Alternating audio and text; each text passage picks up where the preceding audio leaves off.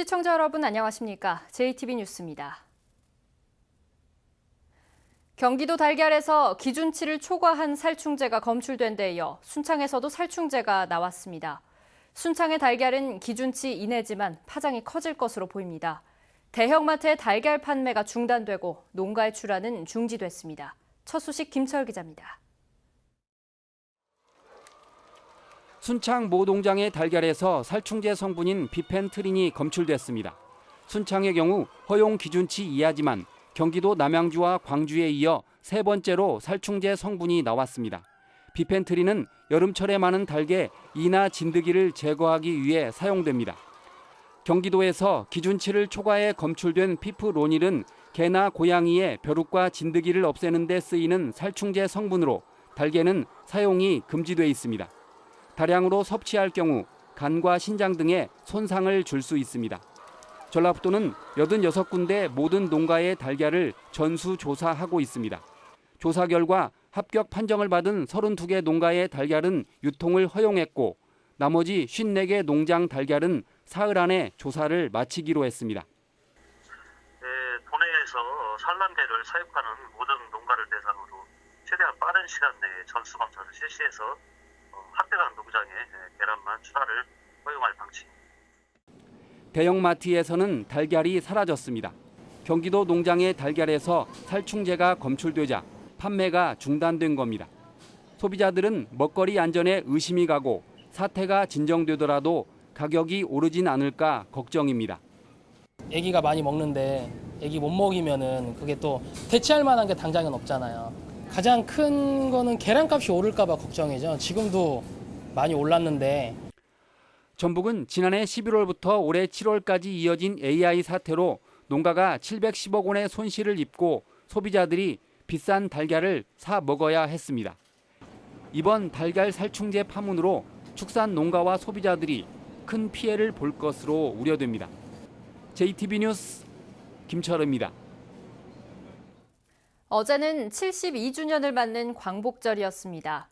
익산역 광장에서 평화의 소녀상이 세워졌는데 시민들은 일본의 진심 어린 사과를 촉구하며 진정한 광복을 기원했습니다. 나금동 기자가 보도합니다. 네, 드디어 평화의 한복을 입은 어린 소녀가 입을 다문 채 먼 곳을 바라보고 있습니다. 오른발로는 우리 민족의 수치인 한일 일본군 위안부 협상안을 밟고 있습니다. 조금 더 적극적인 행동으로 나아가자는 그런 의지의 표현으로 소녀상이 서게 되었는데 소녀상의 오른쪽 발바닥에는 1228 한일 합의문이 파기되어 상태에서 있습니다. 익산 평화의 소녀상은 전북에 5번째로 건립됐습니다. 전주와 군산 그리고 남원과 정읍에 이어 평화의 소녀상이 5번째로 세워진 겁니다. 일제강점기 1912년에 세워진 익산역은 호남의 관문이자 일제수탈의 현장으로 민족의 아픔을 함께한 역사적 장소입니다. 익산역은 물자를 수탈해간 일제시대에 만들어진 오래된 역입니다.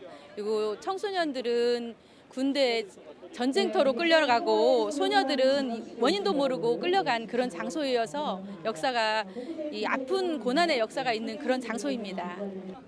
익산 평화의 소녀상은 익산 시민 2,500여 명의 자발적인 성금 9,600여만 원을 모아 건립했습니다.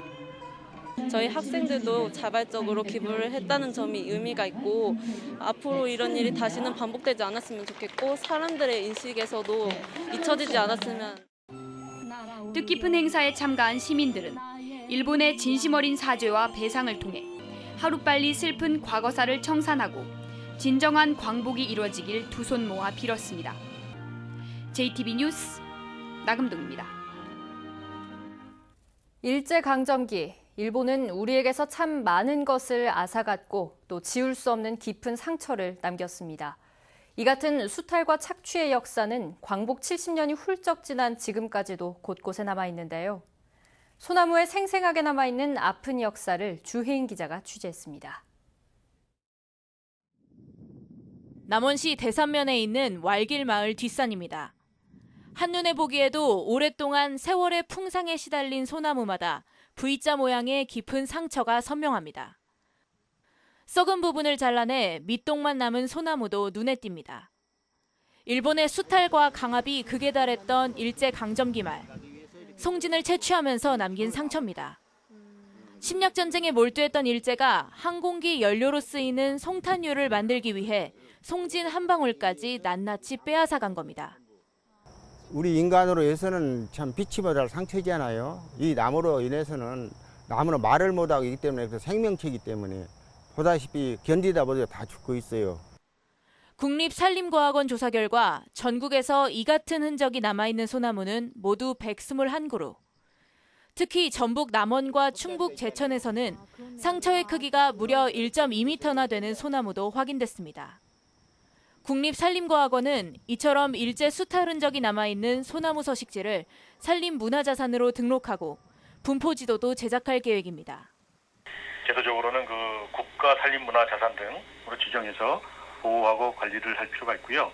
특히나 그 후손들을 위해서 산림 교육 자료로도 적극적으로 활용할 계획으로 있습니다. 올해로 광복을 맞은 지 어느덧 72주년. 뒷산의 소나무는 말이 없지만 나무 위의 상처는 치욕의 역사를 결코 잊지 말라고 후손들에게 웅변하고 있습니다. JTB 뉴스 주혜인입니다.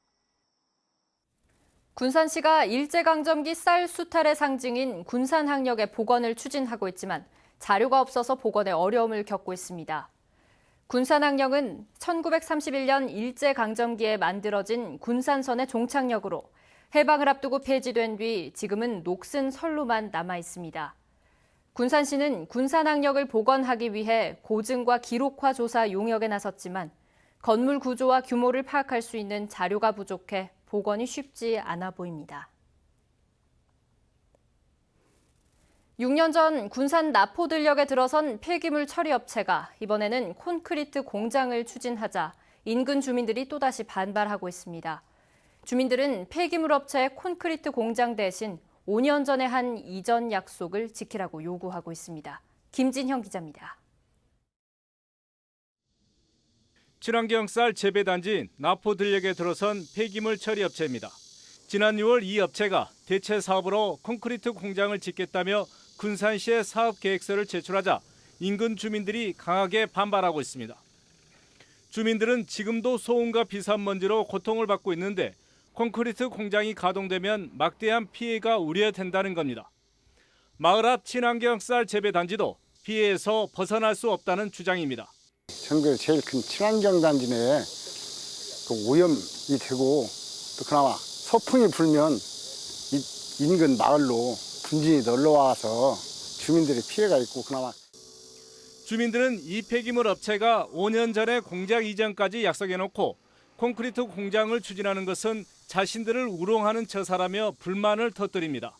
빨리 나가겠다고 약속을 했었는데 그동안 지금까지 영업을 하고 있고 그 사람들이 그 폐기물 업체를 그만두고 그러고 나서 다른 콘크리트 업체가 들어온다 하니 주민들은 날이 갈수록 걱정만 쌓이는 상황입니다.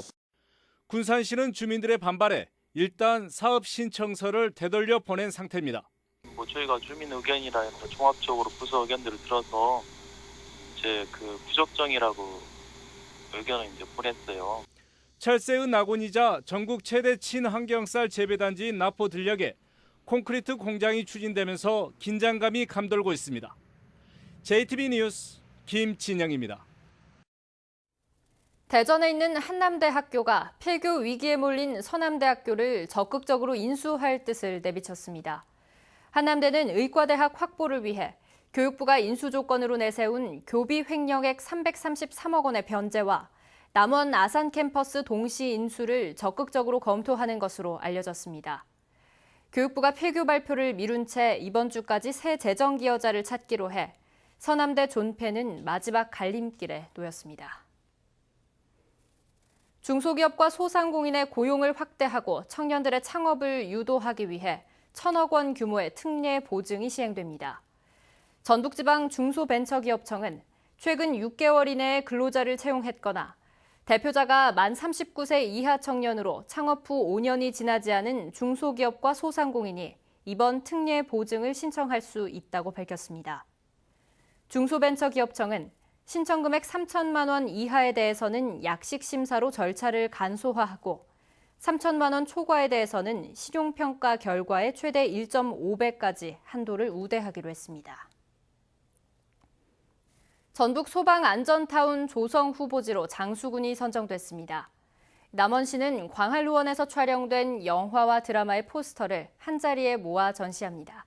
시군 소식 오정현 기자입니다. 소방항공대와 특수구조단, 소방교육기관을 함께 모으는 소방안전타운의 조성 후보지로 장수군이 선정됐습니다. 총 150억 원이 투입돼 내년부터 2023년까지 건립되는 소방안전타운에는 소방항공대가 이전되고 소방본부 직할 119 특수구조대와 소방교육대 등이 순차적으로 설치될 예정입니다. 사업 추진에 따른 각종 절차를 전라북도와 협의를 해서 내실 있는 시설이 될 수 있도록 최선을 다하겠습니다. 남원 광활루원에서 촬영한 영화와 드라마의 포스터가 이번 달 말까지 광활루원 춘향관에 전시됩니다. 지난 1968년 개봉한 김수용 감독의 영화 춘향부터 지난해 인기를 모은 드라마 구름이 그린 달빛 등 모두 13점의 포스터가 내걸립니다. 지금까지 촬영되었던 모든 영화와 드라마의 포스터를 한 곳에 모아 관람할 수 있는 기회를 마련하였습니다. 이번을 계기로 저희 광활루를 더 많이 찾아주시고 사랑해 주시기를. 태권도원배 전국 태권도 대회가 오는 금요일까지 무주 태권도원과 무주 국민체육센터에서 열립니다. 3회째를 맞는 이번 대회에는 초등부부터 일반부 모두 2천여 명의 선수가 참가해 품새와 겨루기 경기를 치릅니다. 전주와 임실 고추 가공센터를 오가는 무료 견학버스가 다음 달 13일까지 운행됩니다. 매주 월요일부터 수요일까지 4개 노선을 운행할 예정이며 구매 고객에게는 경품 증정 등 다양한 직판 행사도 벌일 예정입니다. JTB 뉴스 오정현입니다.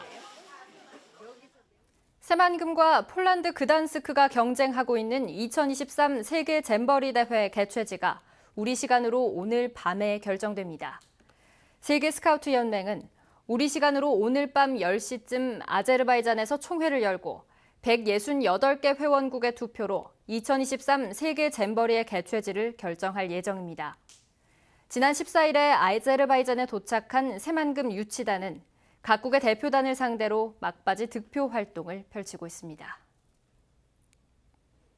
전북경찰청 지능범죄수사대는 건설업자에게 1,000여만 원의 금품을 제공받은 혐의로 진안군 재난안전과 소속 공무원 1명을 구속하고 2명을 불구속 입건했습니다. 공무원 A씨 등 3명은 진안군 달길천 수해상습지 개선 사업 과정에서 2013년 1월부터 1년 5개월 동안 건설업체의 편의를 봐주는 대가로 금품을 받은 혐의를 받고 있습니다. 어제부터 내리던 비는 현재 산발적인 빗방울 수준으로 약해졌습니다. 비는 내일까지 내리겠고 예상되는 비의 양은 5에서 30mm입니다. 비 덕분에 무더위는 쉬어가겠습니다. 전주와 익산의 낮 기온이 29도에 머물고 대부분 지역이 30도를 넘지 않겠습니다. 내일도 대부분 낮 기온 30도를 밑돌며 오늘과 비슷하겠습니다. 전주기상지청은 모레인 금요일 오전 들어 잠시 날이 갤 것으로 보이지만 오후부터 다시 비가 시작돼 다음 주 월요일까지 이어질 것으로 내다봤습니다.